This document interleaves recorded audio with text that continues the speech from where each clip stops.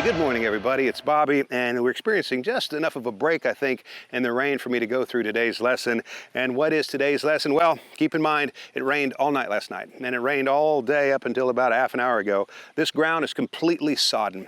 And to make matters worse, my ball's sitting down in the rough all the way to the ground, and there's a bunker right here, and just on the other side of the bunker is only just a tight area for me to get this ball to stop. Now, as you know, when you're hitting over a bunker, often getting it over the bunker is not the problem. Making it stop on the other side is. And so I find myself in this desperately perilous situation, made more perilous by the presence of this bunker and the need to get over it and make it stop quickly. And so what do I do? Well, I've got to pay particular attention to this part of the wedge right here, this cutting edge, and that's where the heel meets the hosel. There's a little edge right there, and that point of the wedge right there is a wonderful digging tool. And it's a digging tool I can use without sacrificing any loft. I can still use that and get the ball airborne.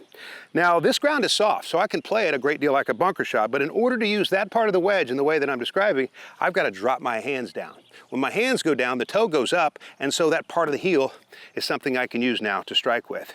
And so I'm going to play it, hit a couple inches behind it, and make sure I accelerate through it, because that is what my success depends on. Here I am. I want to make sure I accelerate as I get through that golf ball, and it should fly nice and high.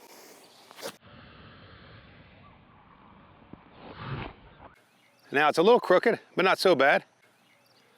All right, and so let me go through that again. If you want some loft on this shot, play like a bunker shot as long as the ground is wet. It'll be receptive to a wedge that has a cutting edge made possible by this spot right here, this arrowhead, where the heel of the club meets the hosel, and in order to activate that, you've got to drop the shaft down a little bit. When you drop the shaft, the toe raises up off the ground, and therefore the heel will dig in, and from there, you accelerate through it like a bunker shot.